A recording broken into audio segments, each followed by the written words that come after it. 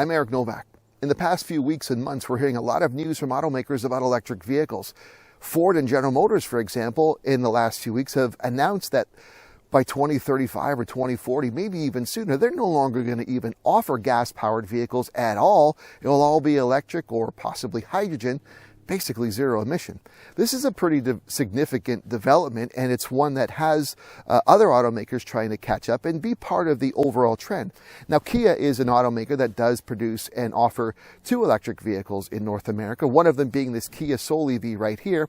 And recently, they decided to conduct a survey to ask Canadians, and they did an online survey of 1,500 Canadians to find out their opinions and views on electric vehicles, as well as what might be holding them back from deciding to make an electric vehicle in their next purchase. It was a survey that produced a lot of interesting results, and I wanted to dig into it a bit more, so I reached out and did an interview with the head of marketing for Kia Canada to talk about this. So Michael Kopke, Director of Marketing for Kia Canada, thanks for joining me here. And this survey that you helped co-sponsor found out a lot of things about driving habits, and I know there is an EV sort of twist to it.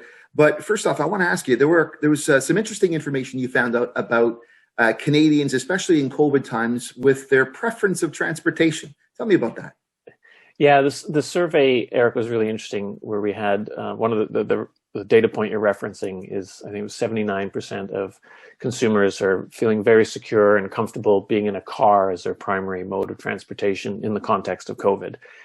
I think that's not really a surprising result as we talk about social distancing and keeping ourselves safe in small bubbles, et cetera. But on top of that, there's a bit of a Canadian reality too. You know, we're a very big country and there's lots of highways and long distances between all of the destinations we're going to. So, you know, a personal vehicle is a primary mode of transport, whether or not we're in COVID. One of the more popular misconceptions that was found in the survey, and it was answered by about half of those who said they were not interested in an EV, is that they just didn't believe an EV could offer them the driving range or the ability to take them wherever they wanted to go. That's something we hear a lot, and that's also something that Micah was happy to address when I brought that point up with him in our interview. The battery technology has gotten to the point where especially with Kia, you know, you mentioned you're in a Soul EV. It has an official range of 383 kilometers. The Niro EV is 385 kilometers, so very close. And that's in a controlled environment. As you're driving our Soul EV, you're going to very quickly find that you can probably beat that based on how you're driving, right?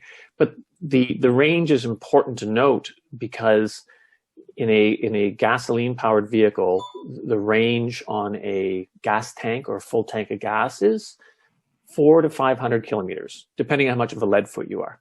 So with an electric range of 383 or 385 kilometers, you're basically there.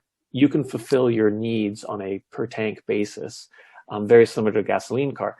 The fundamental difference that people haven't quite appreciated yet is that you're always leaving your house fully charged or with a full tank of gas. So unlike a gasoline powered car where, depending on how frequently you want to fill up, you're not ever really full. But in an EV vehicle, you're always leaving your house with a quote unquote full tank of gas. Yeah, the idea of, you know, that's a stated range. I've driven the Soul EV and a lot of other EVs in warmer weather too, and at a full charge, the estimated range, it obviously accommodates your driving style, but I've touched 500 kilometers just with that, and it's not impossible. But another misconception that I hear, again, the cost factor. And I know that purchase prices still are higher. You know, a gas Soul is less expensive than an EV Soul. Prices are coming down, but I don't think people understand that the ongoing cost of ownership is a big advantage. If your monthly payment for a car may be higher, but your overall monthly expenses, I mean, you could save 80% gassing versus charging. I've written about this often before. I think one of the challenges here is that Canadians just haven't had the information given to them. I think there's not been enough of a large scale effort to educate consumers at large about this. What do you think? How do we think that error in information can be better addressed by automakers such as yourself? Well, it is a fast-growing technology, the electrification. I mean, over the last 3 years, we've sold over 8,000 electric vehicles through Kia. So we've certainly been in the space for a while, and it is growing quickly, but it's still nascent. You know, the vast majority of people are still very accustomed to a gasoline-fueled vehicle. So to your point about getting the message out there, one of the things, well, two things that we've done at Kia, we built out an electric vehicle page on our website, or several pages, and we took a slightly different approach and set it up to be just pure education. So yes, we have 2 electric vehicles to sell you if that's what you're interested, but we're set up more about what is a hybrid, like literally define it. You know, what is a battery electric? What's a plug-in hybrid? The pros and cons of each. We even have a rough estimator there to kind of go to the cost of ownership that you're talking about, to help people understand, you know, given their mileage, their local cost of fuel and their local market and their local cost of electricity in their local market, what does that equation looks like? You're a marketing guy. I've been in marketing. I teach marketing, and I speak about this stuff. If there's one thing I've noticed about automotive marketing in particular, you know as well as anyone that people, when making decisions, you know, we think with our heads, but we act with our hearts. We tend to make emotional based decisions, especially when it comes to something like a vehicle. In North America, I find that there's always been a way of selling the trucks, the large vehicles, and from an environmental perspective, the larger contributors to emissions. It's always that, you know, seeing a truck going up the side of a mountain because, you know, you've got to run for milk across a barren landscape in dangerous territory. And it resonates to some deeper alpha state within us. Yet, and Kia has produced an EV commercial for the Niro. I mean, there are not many of them to begin with, but when we do, we tend to sort of try to appeal to a more logical, rational state. Like, hey, it's okay. It's not a bad thing. You're going to be safe.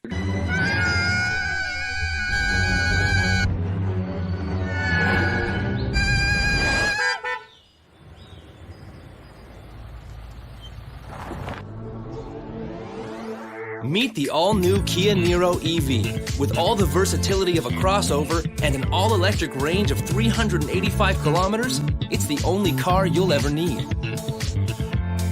The future is here, and it's Kia.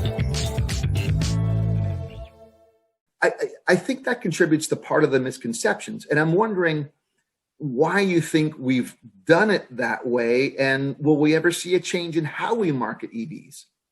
I think, to your point, you're right. You know, the emotional definitely drives a lot of the advertising message. And I think that holds completely true when you're in a developed market. You know, when we're talking about EVs, it's not developed, you know, and then so behind that, you need to first address the consumer literal needs, which is quite rational. So as the survey proved and demonstrated to us, there's still many unanswered questions or anxieties around charging, range, et cetera. So this is why you see in advertising for electric vehicles, range is addressed first, because that's the number one question or concern that people have, because they're used to gas and now they're going to switch to electric.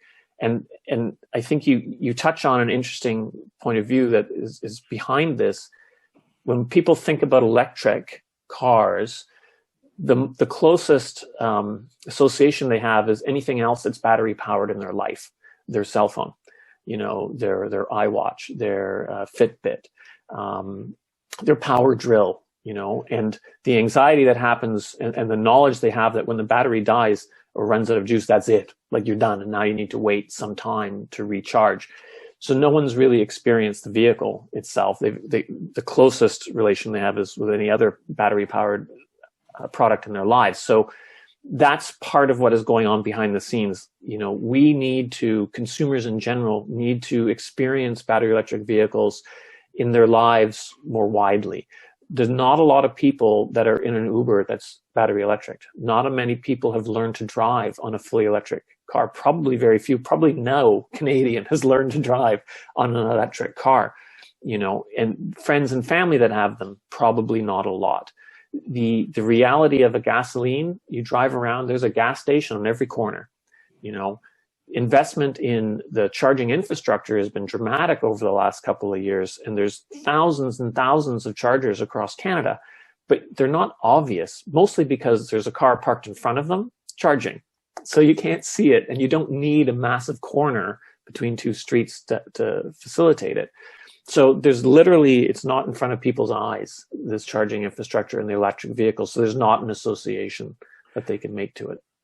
So if I could just maybe play a slight devil's advocate, I think one of the things that Tesla, if we want to turn to them, that's done so well in their branding is, to their credit, they sold 0 to 100 in 3 seconds. They sold the technology.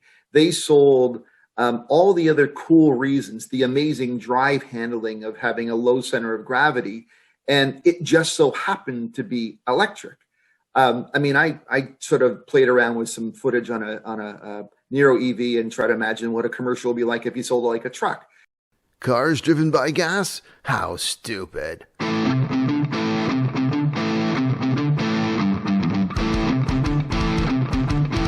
The 2020 Kia Niro EV doesn't run on gas. It's all electric, baby, and it's got power. Maximum torque from 0 RPM and all the testosterone-loving power to take you on the open road to wherever your dreams take you.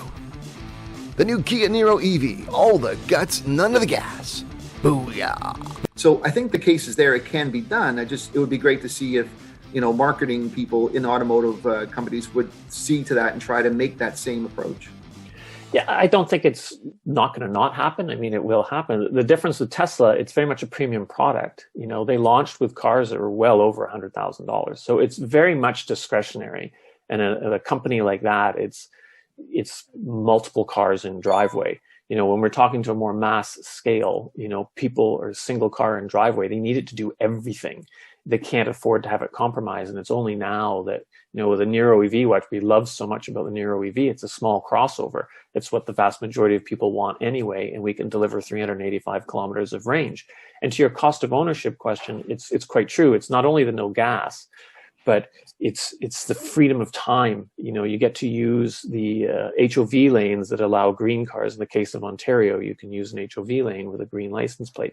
So there's all kinds of cost of ownership conversation that happens around an EV that doesn't exist necessarily with a gas-powered car. Yeah. So it's not that there isn't interest in EVs, and consumers have had interest shown. But one of the challenges they've often seen in the past few years is lack of inventory at dealers. You'll hear people saying, I went to a dealer, I wanted to try out this EV or that EV. And it's all automakers, yet the dealer doesn't have one available even to test. That's got to be one of the things we have to see for more EV sales is greater inventory. What's Kia doing with respect to that challenge for dealers? The reality is, if you look at the global picture, demand for EVs, it's not just Canada that's very strong, it's all over the world. And then, demand is always relative. So the corporation ensures that the production is going to the markets where the demand is highest and the turnover is highest, et cetera. So in the context of Europe, you got very strong government regulations, et cetera. So production will prioritize there as much as there's huge demand for it in Canada. In specific to us in 2020, the production allocation that we had was sort of back-end loaded. So the early part of 2020, to your point, it was difficult to go into a Kia dealership and have an EV there to actually test drive. As we go into 2021, the company's made changes and we've got a much smoother production flow. So here today, if you go into an EV dealer for Kia, you will find a Soul EV or a Niro EV without a problem. And so you've obviously committed yourself, and Kia is committed to EVs.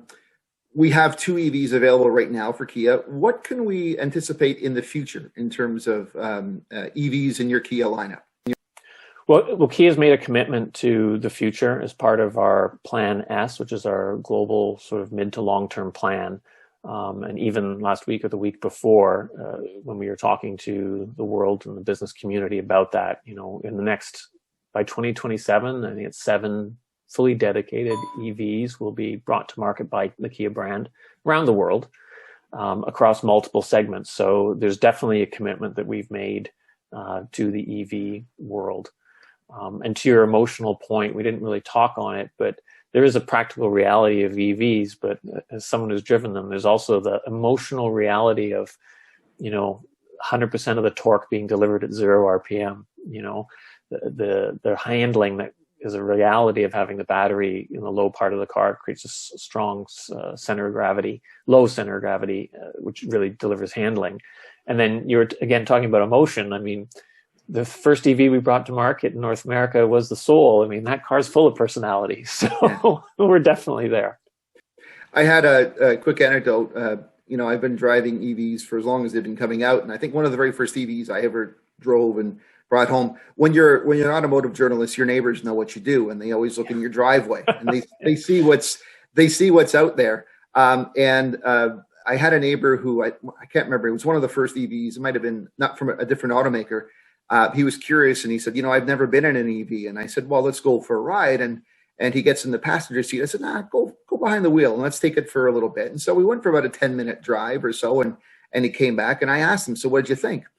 And his response was, well, it drives just like a car.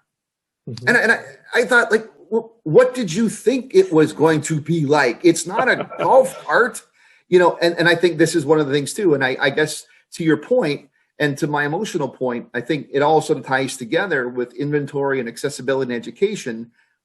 Once people get behind the wheel, mm-hmm. once people really try it, once people see the numbers, once they see the economies of scale, I don't think it's as hard to make them converted as you might otherwise imagine.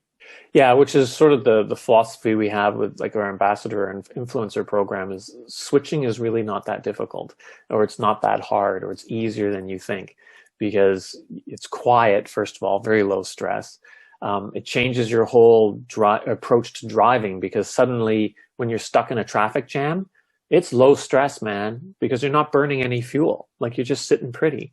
Stop and go traffic becomes a pleasure because you're constantly recharging, as you're coasting or braking. So the whole dynamic changes and it becomes a much more enjoyable experience in the context of downtown Toronto anyway. Yeah, I think, and the only thing about the silent part is, if for some people who still have that love for the V6 roar, the V8 roar, I got to believe that technology means there's going to be an app for that. You put a speaker inside under the hood, and what do you want your EV to sound like today? Do you want it to sound like an Aston Martin or a Bugatti? Whatever it is, it's probably just a technological step away. Yeah, for sure. But there's always going to be a market for a fuel gasoline-powered vehicle on some level, whether you're talking high performance in the context of the Kia Stinger, or you need like massive towing capacity with your trailer, Telluride is where you're going to be. But somewhere in between, there's going to be all kinds of other solutions. In the same way we've always had V12s, V8s, 4-cylinders, 6-cylinders, etc. EV is just another version of that. I'll concede that where Michael says, at least in the near to moderate future, we're probably still going to have a need for gasoline-powered vehicles.